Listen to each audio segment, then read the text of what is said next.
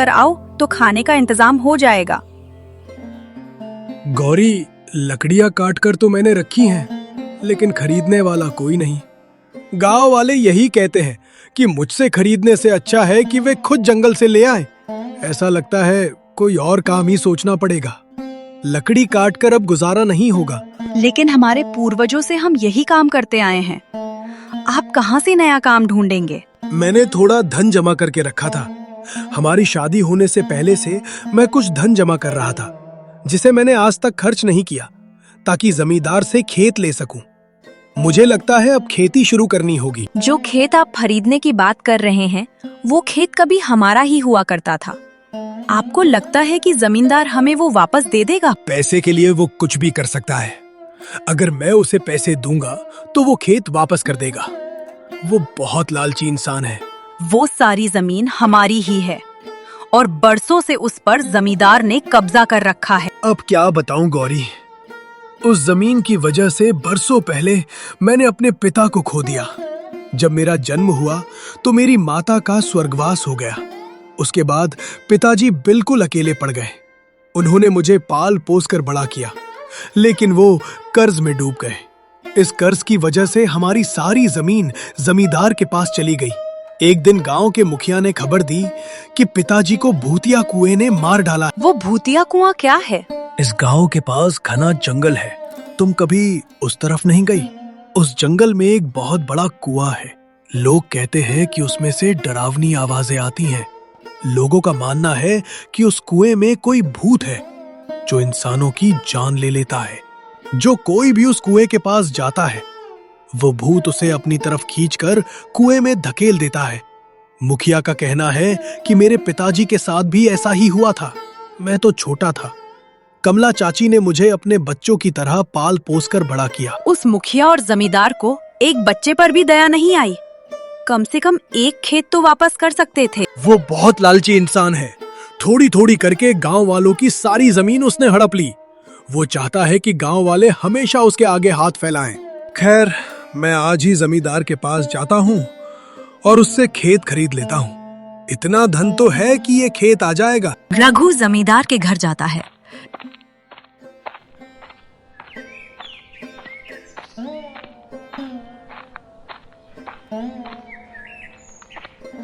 अरे आओ रघु, आज मेरे घर कैसे आना हुआ? वैसे मैं तुम्हें बता दूं, लकड़ी की जरूरत नहीं है मुझे। मेरे नौकर जंगल से बहुत लकड़ी लेकर आए हैं। नहीं जमींदार जी, मैं लकड़ी बेचने नहीं आया हूँ। मैं आपसे एक सौदा करने आया हूँ। खेत खरीदने आया हूँ। तेरे पास इतना पैसा है जो तू खेत खरीद सके? देख, मैं सस्ते सौदे नहीं करता। खेत तो मैं तुझे दे दूंगा, लेकिन पूरी कीमत वसूल करूंगा। मैं पैसे लेकर आया हूँ, आप देख लीजिए, क्या इतने में हो जाएगा? तू खेत खरीदने आया है यहाँ या राशन? इतने में तुझे खेत चाहिए ना? लेकिन मैंने आज तक यही सुना है, एक खेत की कीमत तो इतनी होती है। मैंने बरसों से ये पैसे इकट्ठे किए हैं ताकि एक दिन अपना खेत खरीद सकूं। बस यही सपना था मेरा। तेरा दिमाग फिर गया है क्या? इतने कम पैसे में खेत कैसे आएगा?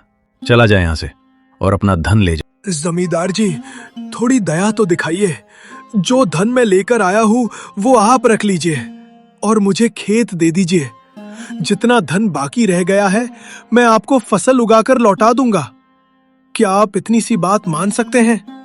मुझ पर थोड़ा विश्वास दिखाइए। मैं आपका सारा धन लौटा दूंगा। पहले तेरा बाप कर्जा लेकर मर गया।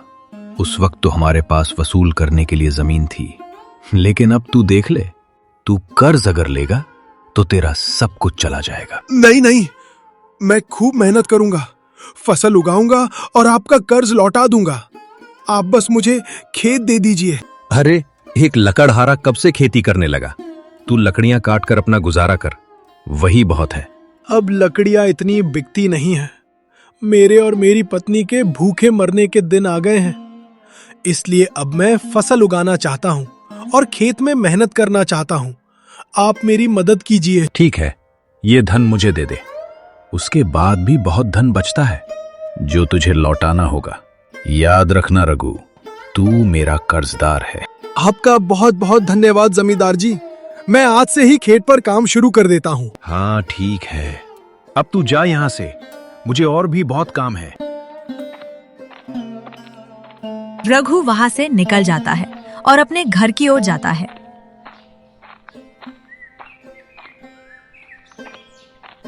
रघु खुशी खुशी अपना घर पहुंचता है और गौरी से कहता है, गौरी, बहुत बहुत मुबारक हो।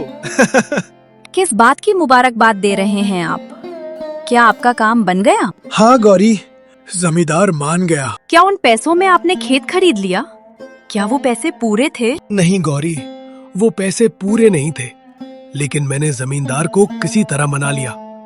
अब हम जमींदार के कर्जदार हैं, लेकिन मैंने सोच लिया है, फसल उगाकर वो कर्जा तो मैं यूं चुका दूंगा और वो खेत भी हमारा हो जाएगा। पता नहीं क्यों, लेकिन मुझे जमींदार पर बिल्कुल भी विश्वास नहीं। कहीं ये उसकी कोई चाल तो नहीं? अरे तुम बहुत सोच रही हो गौरी, ऐसा कुछ भी नहीं है। वो क्या ही चाल चलेगा भला। आधे पैसे तो वो ले चुका है और बाकी के मैं उसे लौटा दूंगा। सीधी बात तो है, इसमें क्या सोचना। अगर आप कहते हैं तो मैं मान लेती हूँ, लेकिन मुझे अभी भी उस पर विश्वास नहीं है। चलो ठीक है, तुम घर का काम देखो, मैं खेत जा रहा हूँ। मैंने कुछ बीज बचाकर रखे हैं, गेहूं की फसल उगाऊंगा। रघु खेत में चला जाता है और खूब मेहनत करने लगता है। अब खरपतवार तो मैंने हटा दी। अब इस खेत को अच्छे से जोतता हूँ, फिर इसमें बीज डाल देता हूँ। जितनी जल्दी हो सके फसल उग जाएगी, मेरे लिए तो उतना ही अच्छा है। मैं इस फसल की अच्छी तरह से देखरेख करूंगा और जमींदार के कर्ज से मुक्त हो जाऊंगा। लगता है भगवान की भी यही मर्जी है, इसलिए तो मेरा काम इतनी जल्दी बन गया। अब जल्दी से खेत में मेहनत शुरू करता हूँ। अरे रघु, तू इस खेत में क्या कर रहा है? यहाँ से बाहर आ जा, नहीं तो मुखिया और जमींदार बहुत हल्ला करेंगे। अरे चाची, अब डरने की बात नहीं, मैंने ये खेत खरीद लिया। तेरे पास इतने पैसे कहाँ से आए जो तूने खेत खरीद लिया? अरे चाची, बरसों से पैसे इकट्ठा कर रहा था, उन्हीं से खेत खरीद लिया। लेकिन वो पैसे पूरे नहीं थे, इसलिए अभी जमींदार का कर्ज मुझ पर बाकी है। मैं बहुत जल्द उसे भी लौटा दूंगा, इसलिए तो खेत में जल्दी जल्दी काम कर रहा हूँ। बेटा, बरसों पहले तेरे पिताजी ने भी ऐसा ही कर्ज लिया था। आज इस कर्ज की वजह से ही तुम्हारी सारी जमीन मुखिया और जमींदार के पास है। बेटा, जिसने भी उनसे कर्ज लिया, आज तक कोई उनका कर्ज चुका नहीं पाया है। उनका ब्याज बढ़ता ही जाता है और गांव वालों की गरीबी के हिसाब से कोई उनके कर्ज से मुक्त नहीं हो सकता। आखिरकार तूने ऐसा क्यों कर दिया? नहीं चाची, इतना चिंता मत करो, सब ठीक हो जाएगा। मैं कर्ज लौटा दूंगा। जमींदार ने मुझसे अच्छे से बात की और उसने खेत भी बड़े प्यार से मुझे दिया। उसने कहा कि मैं कर्ज जल्दी ही लौटा दूं और उसने कोई शर्त नहीं रखी। जितना भला तू उन दोनों को समझता है, उतने वो है नहीं। खैर, मैं चलती हूँ, तू अपने खेत में अच्छे से काम कर। कमला चाची चली जाती हैं।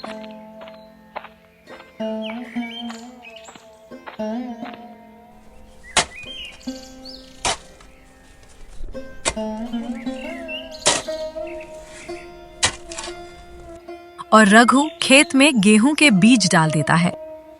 अब मैंने बीज तो डाल दिए हैं और मिट्टी अच्छे से मुलायम भी कर दी है। अब घर की तरफ चलता हूँ, मेरी फसल अच्छे से उग जाएगी और सब बढ़िया होगा।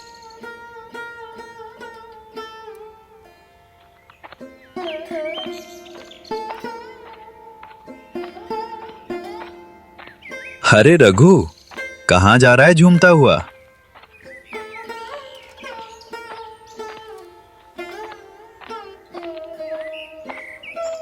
अरे मुखिया जी, प्रणाम। अभी अभी अपने खेत से आ रहा हूँ। आज मैंने गेहूं की फसल बो दी है। तेरा खेत? लेकिन तेरे पास तो कोई खेत नहीं है। तेरी सारी जमीन तो मेरे और जमींदार के पास है। तू किस खेत की बात कर रहा है? मैंने जमींदार जी से खेत खरीदा है, बस अब उसी में फसल लगाऊंगा। तेरे पास इतना धन कैसे आया जो तूने खेत खरीद लिया? सालों से कुछ धन इकट्ठा किया था मुखिया जी, लेकिन वो धन पूरा नहीं था। अब मुझे जमींदार का थोड़ा कर्ज चुकाना है बस। उसके बाद वो खेत मेरा हो जाएगा। मुखिया मन में सोचने लगता है। जमींदार की बुद्धि घास चरने गई है क्या? वो गांव वालों को उनकी जमीन वापस करने लगा है। उसकी तो खबर लेनी पड़ेगी। वो ऐसा कैसे कर सकता है? अरे मुखिया जी, क्या सोच रहे हैं? नहीं नहीं नहीं, मुझे कुछ काम याद आ गया। तू घर जा, मैं चलता हूँ। ठीक है मुखिया जी, मैं चलता हूँ।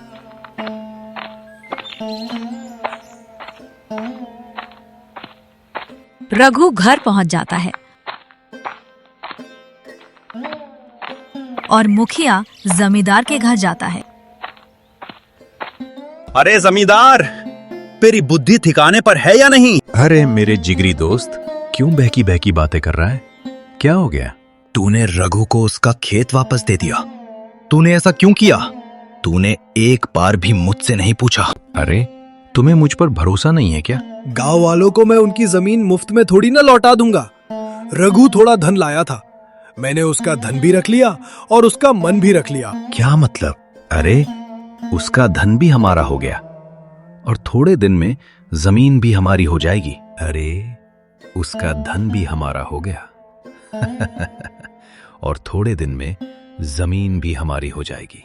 उस पर अभी भी मेरा कर्ज बहुत है। मैं उसे ऐसे ही थोड़ी ना खेत दे दूंगा। वो खेत तो वापस हमारे पास ही आने वाला है। तुम चिंता मत करो। मेरे पास एक ऐसी योजना है जिससे सब कुछ हमारे ही हाथ में आ जाएगा। फिर ठीक है भाई, फिर मैं चलता हूँ। तुम पर यकीन है मुझे। रघु घर पहुंच जाता है। देखना, मैं एक बहुत अच्छा किसान बनूंगा। अरे हाँ हाँ, किसान तो तुम बनना, लेकिन जो काम हम करते आ रहे हैं उसे मत छोड़ो। कमला चाची कह रही थी कि उनके पड़ोसन को लकड़ी चाहिए। वो थोड़ी बीमार हैं, इसलिए वो जंगल नहीं जा सकती। थोड़ा लकड़ी काट कर ले आओ। अच्छा, ऐसी बात है तो ठीक है। रात होने ही वाली है, उससे पहले लकड़ी लेकर आता हूँ। लकड़ी से थोड़े पैसे तो मिलेंगे। रघु जंगल चला जाता है।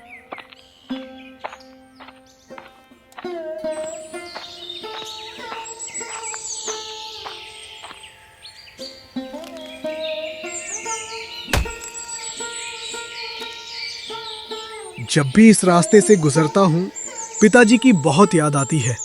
सबको लगता है मैं पिताजी को भूल गया, लेकिन मुझे आज भी उनकी बहुत याद आती है। वो मुझे बहुत प्यार करते थे। अब तो गांव वाले उनके बारे में भूल ही चुके हैं, लेकिन मैं कभी नहीं भूल सकता। ये रास्ता उस कुएं की तरफ जाता है जिस कुएं में मेरे पिताजी की जान गई थी। काश मैं उन्हें एक बार देख पाता तो कितना अच्छा होता। खैर, लकड़ी लेकर चलता हूँ। लकड़ी बेचनी भी तो है।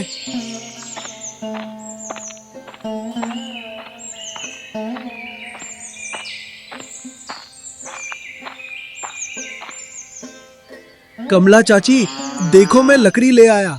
तुम अपनी पड़ोसन को दे देना। अरे रघु, अपने पैसे भी लेकर जा। उसने पहले से ही मुझे देकर रखे थे। तुम्हारा भला हो चाची, अब थोड़ा सा अनाज तो इसमें भी आ जाएगा। हाँ हाँ, तुम फिक्र मत करो।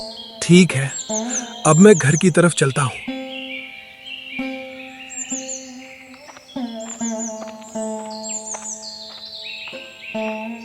रघु घर पहुंच जाता है। आओ आओ, आज आपने खूब मेहनत की है। मैंने आपके लिए प्यार से गरम गरम खाना तैयार कर रखा है। पहले हाथ मुंह धो लीजिए, फिर आराम से बैठकर खाना खाइए। आज आपको बहुत थकान हुई होगी। वाह वाह, पत्नी हो तो ऐसी। लाओ गौरी, बड़ी भूख लगी है। आराम से खाओ, धीरे धीरे खाना, बहुत थक गए हो। गौरी, आज मैं बहुत खुश हूँ। खेत भी मिल गया, मैंने फसल भी बो दी। हमारे अच्छे दिन आ जाएंगे। अब सब ठीक हो जाएगा। तुम अब रानी बनकर रहोगी। खाब अच्छा है, लेकिन कहीं टूट ना जाए। अरे शुभ शुभ बोलो, कुछ ऐसा नहीं होगा। हमारी फसल अच्छे से उगेगी और हमारा कर्ज भी उतर जाएगा। हम भी अच्छे से कमाने खाने लगेंगे। चलो ठीक है, जैसा तुम कहो। अब थोड़ा आराम भी कर लो।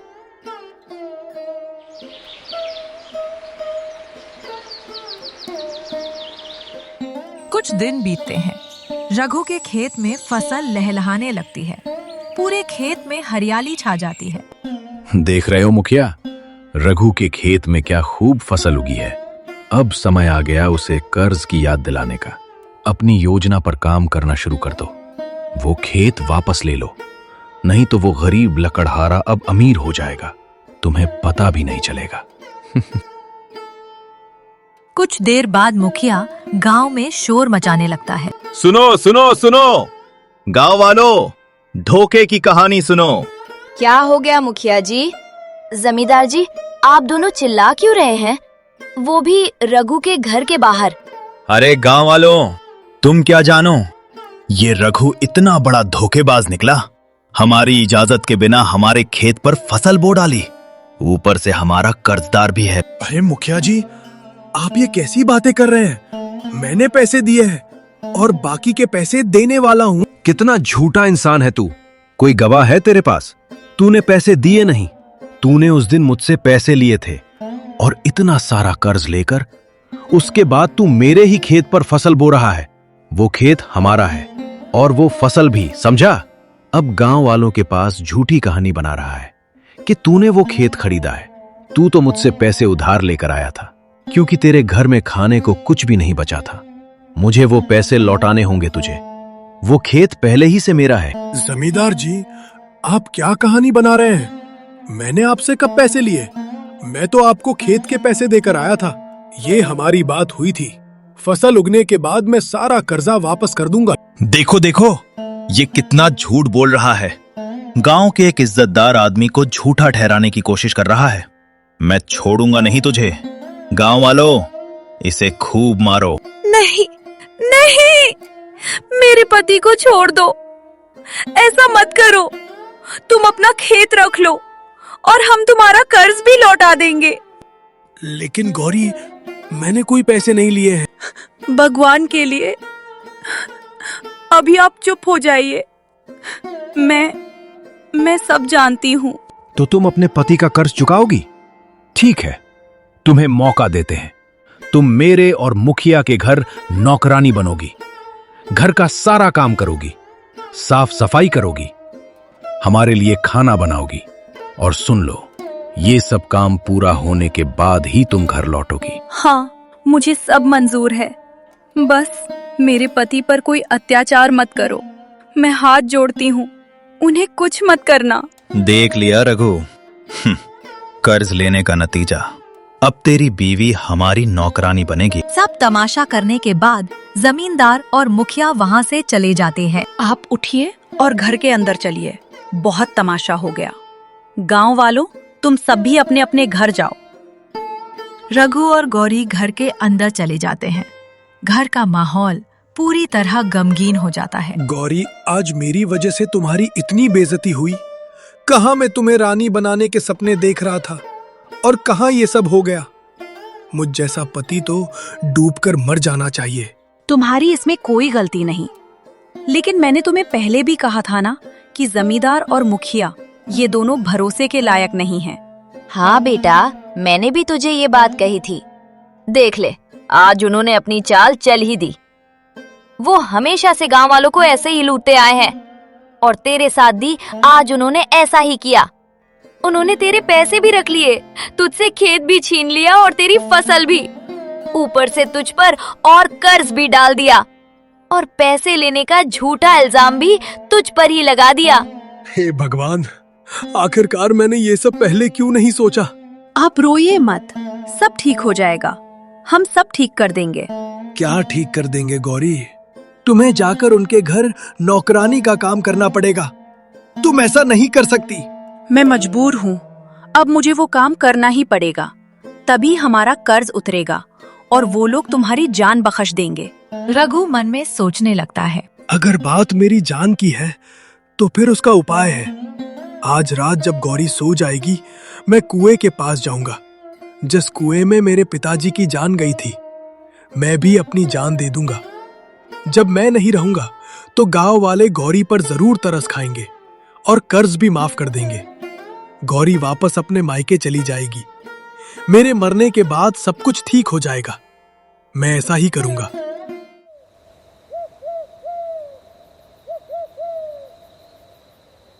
रात होती है। गौरी के सोते ही रघु कुएं की तरफ चला जाता है।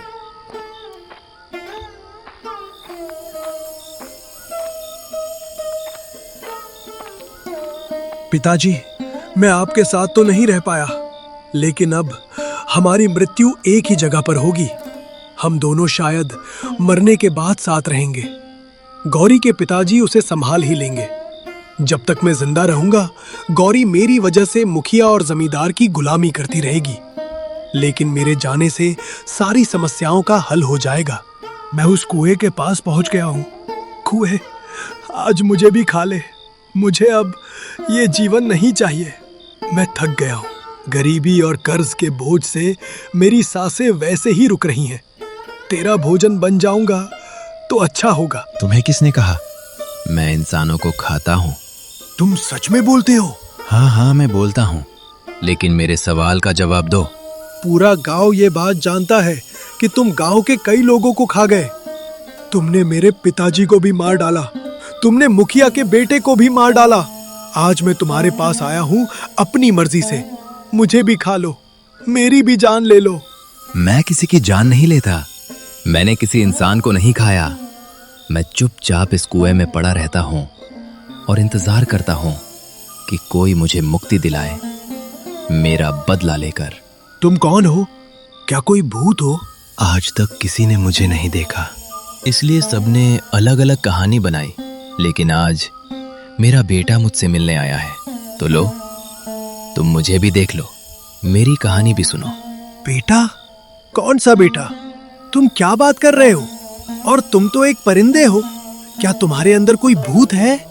बेटा रघु, मैं तुम्हारा पिता हूँ। ये कैसे हो सकता है? तुम तो एक परिंदा हो। जानने के लिए तुम्हें मेरी कहानी सुननी होगी। अब इतना तो तुम जानते ही हो कि मैं कर्ज से पूरी तरह से बर्बाद हो गया था। तुम्हारी माँ को पहले ही जमींदार ने चाय में जहर देकर मार डाला था, ताकि मैं अकेला हो जाऊं और तुम्हें पालने के लिए मैं कर्ज मांगू। उसके बाद मुखिया और जमींदार दोनों ने हमारी जमीन हड़प ली, ये कहकर कि मैंने इतने सारे पैसे लिए। सारी जमीन हड़पने के बाद उन्होंने मुझ पर चोरी का भी इल्जाम लगाया कि मैंने उनके घर से सारे पैसे चोरी करने की कोशिश की। उसके बाद एक दिन मैं इस रास्ते से लकड़ी काटने जा रहा था। मौका पाकर जमींदार और मुखिया ने मुझे मार कर कुएं में फेंक दिया। ये सारा दृश्य मुखिया के बेटे ने देख लिया। कई दिनों तक मुखिया की उसके बेटे से लड़ाई चलती रही, लेकिन उसका बेटा नहीं माना। उसने कह दिया था कि वो सारे गांव को ये सच्चाई बता देगा कि जमींदार और मुखिया खूनी हैं और गांव वालों की सारी जमीन हड़पना चाहते हैं। मुखिया इतना लालची था कि अपना भेद खुल जाने के डर से उसने अपने बेटे को भी मार डाला और इस कुएं में फेंक दिया। इसलिए उसकी लाश आज तक नहीं मिली। मेरे मरने के बाद मैं एक परिंदा बन गया और लोगों की मदद की गुहार लगाता रहा। जो भी यहां से गुजरा मैं मदद मांगता, लेकिन सब डर के भाग जाते, क्योंकि मुखिया और जमींदार ने भूत की कहानी गांव में फैला दी थी।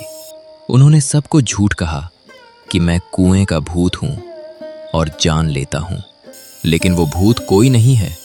जान लेने वाले वो दोनों खूनी हैं। मैं अपना बदला लेना चाहता हूं।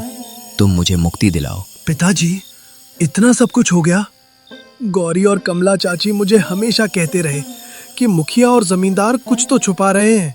उन्होंने आपके साथ कुछ गलत किया है, लेकिन फिर भी मैं उन्हें अच्छा इंसान समझता रहा। सच्चाई जानने के बाद मेरा खून खौल रहा है। आप बताइए पिताजी, मुझे क्या करना होगा आपको मुक्ति दिलाने के लिए? मैं कुछ भी करूंगा। बेटा, मैं तुम्हें यहाँ सोना चांदी दे रहा हूँ। इसे ले जाओ और गांव में बांटना शुरू करो। गांव में ये बात फैला दो कि कुएं का भूत धनी बनाता है। जो कोई भी उसके सवाल का जवाब सच्चाई से दे, उसे वो खूब धन देता है। बस ये बात मुखिया और जमींदार तक पहुंच जाए, उसके बाद उनका लालच उन्हें यहां खींच लाएगा। तुम्हें गांव वालों को भी इकट्ठा करना होगा। रघु पूरे गांव में बात फैला देता है और जमींदार तथा मुखिया को भी कुएं वाली बात पता चल जाती है। मुखिया, हमें आज रात ही कुएं के पास जाना होगा। वहां से धन इकट्ठा करके लाना होगा। सुना है वहां सोने के भंडार हैं। बस सिर्फ कुएं के सवाल का जवाब ही तो देना है। क्या तुम्हें लगता है कि रघु सच बोल रहा है? और क्या, एक लकड़हारे के पास इतना सोना कैसे आया? हाँ, वो सारे गांव में बांट रहा है। तो ठीक है, बस रात होने वाली है। आज ही हम कुएं के पास जाएंगे और कुएं में जो जिन है उससे कह देंगे कि वो सारा धन हमें ही दे दे, गांव वालों को कुछ ना दे। रघु, तुम्हारी योजना कामयाब हो गई। रात होते ही मुखिया और जमींदार कुएं के पास आने वाले हैं। तो हम एक काम करते हैं, गांव वालों को बता देते हैं और कुएं के पास इकट्ठा होने के लिए कह देते हैं। आज इन दोनों की असलियत सब देखेंगे। जब से तुमने मुझे सब सच बताया है, तब से मेरी नफरत उन दोनों के लिए और भी बढ़ गई है। मैं पूरे गांव में ये बात फैला देता हूँ कि आज रात कुएं के पास इकट्ठा होना है। मुझे अनाथ करने वालों को आज सजा मिलकर रहेगी।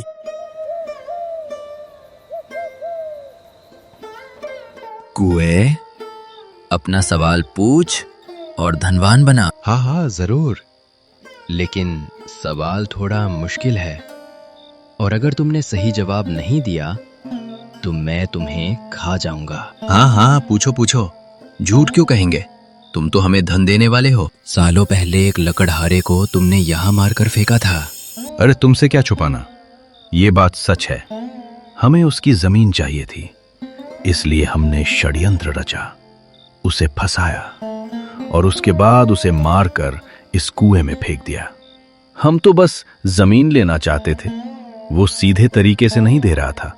हमारी इसमें क्या गलती? सुन लो गांव वालों, दो खूनी आज अपना गुनाह कबूल कर रहे हैं। इतना ही नहीं, इन्होंने खुद अपने बेटे को भी नहीं छोड़ा।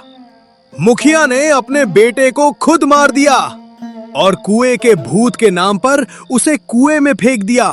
जिसकी आवाज कुएं से आती है वो कोई और नहीं, मेरे पिता हैं। गांव वालों, इस कुएं में कोई भूत नहीं। इस कुएं में मुझे मारकर फेंका गया था। इन दोनों ने मुझे मारा था और मेरी पत्नी को भी।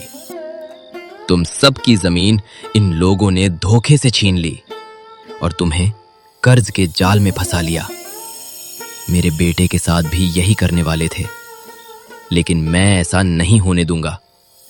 अब इन दोनों को सजा मिलनी ही होगी। ये दोनों ना तो जीने के लायक हैं और ना ही माफी के। इनकी सजा यही है कि इसी कुएं में इन्हें भी धकेल दिया जाए। हम गांव वालों का यही फैसला है। आज मेरे पिताजी को मुक्ति मिलेगी और सभी गांव वालों को भी। तुम जैसे दुष्ट लोगों को मारकर हमें पाप नहीं लगेगा। अगर तुमने यही तय किया है तो फिर इनके गंदे खून से अपने हाथ मत रंगो। ये काम मैं ही कर दूंगा। मुझे मुक्ति भी मिल जाएगी, लेकिन उससे पहले मैं पूरे गांव वालों को धनवान बनाना चाहता हूं। इस कुएं के आसपास की जमीन तुम लोग जब खोदोगे तो यहां तुम्हें भर भर कर सोना मिलेगा, जिससे तुम सभी लोग धनी हो जाओगे और मेरे बेटे रघु का हमेशा ख्याल रखना। अब मैं चलता हूं। परिंदा मुखिया और जमींदार को कुएं की तरफ खींचता है और उन्हें कुएं में गिरा देता है।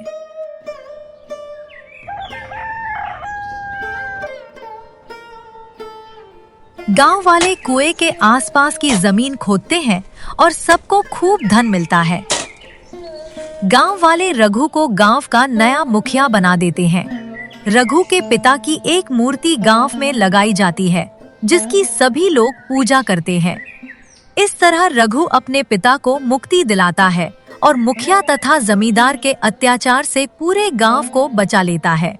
तो दोस्तों, ऐसे ही अनोखी और रसभरी कहानी देखने के लिए हमारे चैनल हॉलिडे टून्स को सब्सक्राइब जरूर करें। धन्यवाद।